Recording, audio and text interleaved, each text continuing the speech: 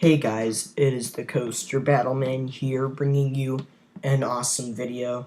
The top 10 wooden coasters I have ridden, and my list has changed a lot because I've ridden quite a bit more wooden coasters this season, including American Thunder, the Legendary Beast, Mean Streak, Blue Streak, the Racer, which are some wooden coasters that I've ridden this season that I haven't ridden before. And these are the top 10 wooden coasters I have ridden. And by the way, happy Thanksgiving to all of you guys. And let's get started. Number 10 is Racer.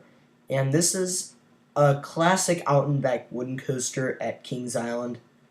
What kind of ride is this? I'm not really that big of a fan of this coaster. There isn't really that much airtime. It's kind of rough. It's not the best coaster. I was tempted to put Mean Streak here at number 10, but at least Racer has airtime hills, while Mean Streak is a bunch of boring turns. So that's why Racer's at number 10. Number 9 is Blue Streak, and this is the only wooden coaster at Cedar Point now without Mean Streak, which was recently removed. So, Blue Streak, it has some nice airtime moments that are pretty crazy airtime moments for a little wooden coaster. But my only complaint about this coaster was when I rode it in the back row, and it was kind of rough. So I've heard that Coaster Studios made a video, top 10 coasters at Cedar Point, and he said ride in the front row or in the middle row of any car. So I'm probably going to do that next time I go to Cedar Point when I ride this coaster. Number 8 is the Boss, and this used to be one of my favorite wooden coasters last year, but this year it wasn't that good. Both times I rode it this year, they weren't that good of experiences. They were kind of rough experiences. Front row didn't really hurt too much. It was just, I don't know. I just wasn't as big of a fan of this coaster as I was of other wooden coasters that are on this list ahead. But this is still a decent coaster. It's definitely one of the worst rides at St. Louis, but it's still a decent ride. It's not bad or anything, it's just okay. Number 7 is Viper, and we're getting into the solid wooden coasters here.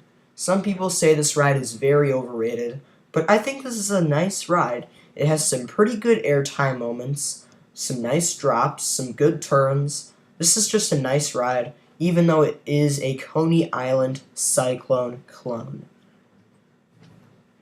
Number 6 is Screamin' Eagle, and this is the classic out and back PTC Woody at Six Flags St. Louis. It has some nice airtime moments, a good drop, screeching turns, and it is a very smooth wooden coaster compared to the Boss, which is actually quite a newer Woody compared to Screamin' Eagle, which is an older wooden coaster. You wouldn't expect one of those old Woodies from the late 70s to be very smooth. But Screamin' Eagle, nice and smooth wooden coaster, some nice airtime moments. But the only thing is, in my opinion, it's not as good as these next few coasters, which are very good. Number 5 is American Eagle, and this is just a fun coaster if it's racing. If you're racing the other side, this is definitely a very fun coaster. It's not too rough either, which is nice. But my only complaint about this coaster is that it doesn't deliver any airtime, which is a very huge problem with this coaster. Every time I ride it, I seem to not get any airtime. I feel it, but I never really pop out of my seat on this coaster. So let's move on to number 4, which is a true airtime machine, Shivering Timbers. The first half of this coaster is just airtime hills after airtime hills, which gives some great quality airtime. I really like Shivering Timbers. Just an awesome wooden coaster. It has some great airtime. My only complaint is that it could be kind of rough in the second half. And the final helix at the end of the ride is very good. And I feel like, depending on the train, if the train is full or not, you might get more airtime than on a different experience.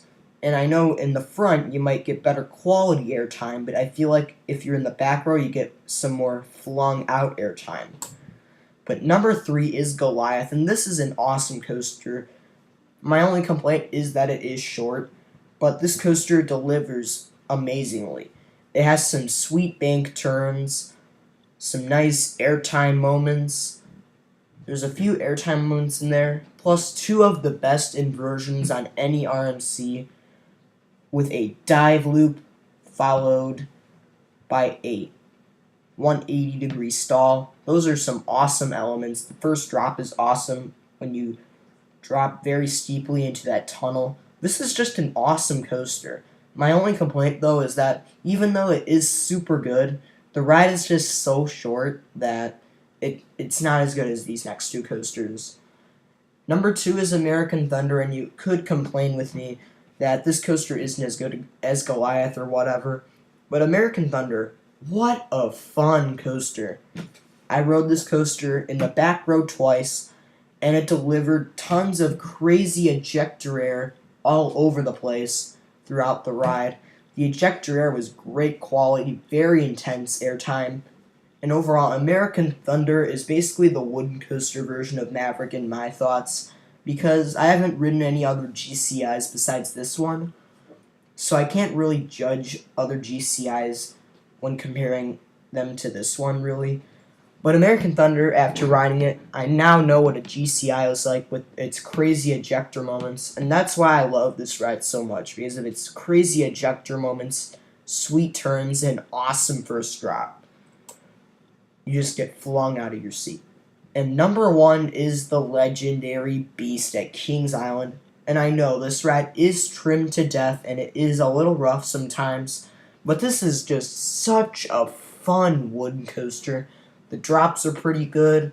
One of the drops is actually kind of slanted, which is kind of weird. Even it's the second drop. There's 2 lift hills, plus this ride features tons of straight sections and tunnels, turns. You travel through the trees. It's just a cool experience riding this coaster. I know I've ridden it in many different rows. I've rode it in the front. I've rode it in the last few rows. And every time it's just an awesome coaster. But I know I haven't ridden this coaster in the front row, so that's something I gotta try eventually when I get back to Kings Island. But seriously, this is just an awesome coaster. Super long ride time, like 5 minutes long. It's just a super long coaster, and it's definitely one of my favorite coasters I've ridden. I've ranked it at number 4 on my list, behind Diamondback, Millennium Force, and Maverick. And literally, this is just a fun coaster. But thank you for watching. Stay tuned for more videos, and eat some turkey.